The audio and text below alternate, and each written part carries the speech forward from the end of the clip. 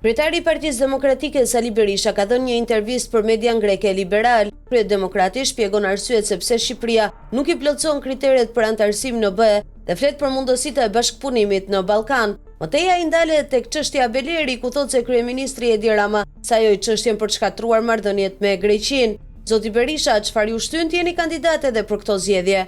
Historitë e rikthimeve janë egzotike, nuk janë të shpeshta, thot Berisha. Pra, pas çdo rikthimi ka fuqi madhore dhe në këtë rast, Sali Berisha 8 vite pasi ishte larguar pothuaj nga skena politike, ju kërkuai që të mos hyjë në parlament bazuar në një akt korruptiv, bazuar në dezinjimin non grata të Antony Blinken, në aktin që vinte nga një lobim korruptiv i Edi Ramës dhe George Sorosit. Pra jo vetëm u dezinjova, por u kërkova që të mos futem në parlament. Atëherë qëndrimi im ishte ky: askush përveç shqiptarëve nuk mund të bëj listën e deputetëve, përderisa Shqipëria të jetë një vend sovran. Dhe meqense ishte kryetari im që punonte me ligësi prapa shtëpinë sime, ishte pjesë e këtij qëndrimi, unë ndërmora procesin e rikthimit, një proces që kaloi të gjitha etapat dhe që eci me sukses, me gjithë përpjekjet e jashtëzakonshme të qeverisë shqiptare dhe dash, diplomatë të cilët ambasadori në Tiranë dhe i dërguari për rajonin kërkonin arrestimin, i bënin thirrje shqiptarëve të mos më mbështesnin. Ajo ndodhi. Pra siç e sheh, rikthimi nuk është një akt individual, por është një akt shumë i gjerë. Shumë njerëz mund të duan të rikthehen, por nuk rikthehen dot.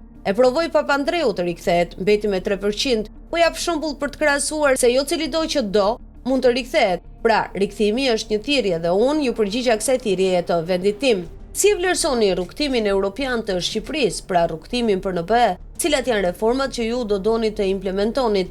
Në mënyrë absolute, Shqipëria nuk plotson asnjë kriter, thot Berisha, përveç pozicionit gjeostrategjik për cilin unë mbështes procesin, por kriteret. Një vend që arreston në vitin elektoral 3 lider të opozitës e partive kryesore, një vend që u merr mandate me gjykata kundërshtarëve politik se i kontrollon ato, një vend që kontrollon mediat në mënyrë të pamërshirë dhe shpallë se do mbyll rrjetet sociale, TikTokun, një vend që ka të burgosur, ka një drejtësi politike dhe mungesë të një procesi ligjor të drejtë. Nuk duhet të harroni se në Shqipëri sot 62% të burgosurve janë në paraburgim, se i marrin i plasin njerëzit në paraburgim dhe nuk merret kush me ta. Ky vend me një shkallë të lartë korrupsioni më të paimagjinueshëm, me afera korruptive të cilat shkojnë miliarda. Ky vend i cili është një narkoshteti i parë dhe i vetëm në Europë, ku përfaqësuesit e Sinaloa spriten në zyrën e Edi Ramës dhe marrin licenca për kazino dhe resorte me pesye, nuk ka asnjë lidhje me kriteret që kërkohen për antarësimin në BE. Gjithçka tjetër jashtë gjeopolitikës, jashtë kriterit gjeostrategjik, nuk qëndron. Mendoj se marrëdhëniet shqiptaro-greke kanë bërë progres të ndjeshëm, por këto vitet e fundit kanë patur edhe përkeqësime krejtësisht për shkak të qëndrimeve të qeverisë Edi Ramës.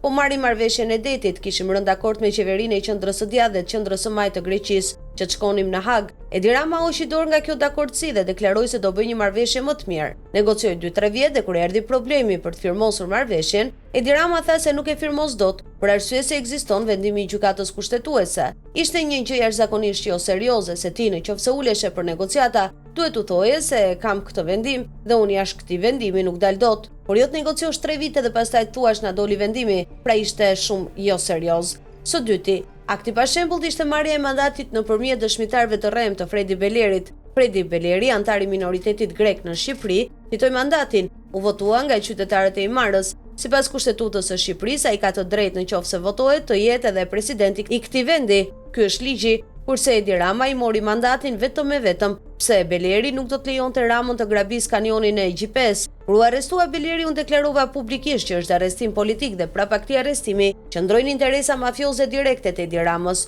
Nuk e dija se Edi Rama kishte pronësuar pas një dokument kadastral, pas një dokument konfiskimi nga regjimi komunist kanionin e Egjipes, një nga kanionet më të bukura të Jonit dhe të Mesdheut për nënën dhe kushërinjtë e tij. Kjo doli më vonë. Sigurisht që Fredi Beleri nuk mund të bënte kurrë një kompromis të tillë, të lumturonte Edi Ramën me 224.000 m2 tokë në këtë zonë. Megjithatë, arriti që të krijojë përshtypjen se Beleri nuk është njeri korrekt. Beleri nuk ishte bërë asnjë faj. Beleri ishte fajtor vetëm se ishte deklaruar antar i minoritetit grek e duhej që ky të pranonte t'i bënte Edi Ramës favoret mafioze që kërkonte. Cilat janë sfidat dhe mundësitë për bashkëpunimin e vendeve të Ballkanit? Mundësitë janë të mëdha, thot Berisha. Së pari, Shqipëria duhet të luftojë me vendosmëri kriminalitetin me zero tolerancë. Shqipëria ka shkatruar sistemin e drejtësisë dhe në mungesë të një sistemi drejtësie, në mungesë të sigurisë juridike, unë nuk di ndonjë investitor tuaj apo grek serioz që të ketë ardhur gjatë këtyre viteve në Shqipëri, me dhjetra dhe qindra që janë larguar nga Shqipëria. Ikën, jo vetëm që ikën, por disa prej tyre u ndalën me gjyqje me këtë qeveri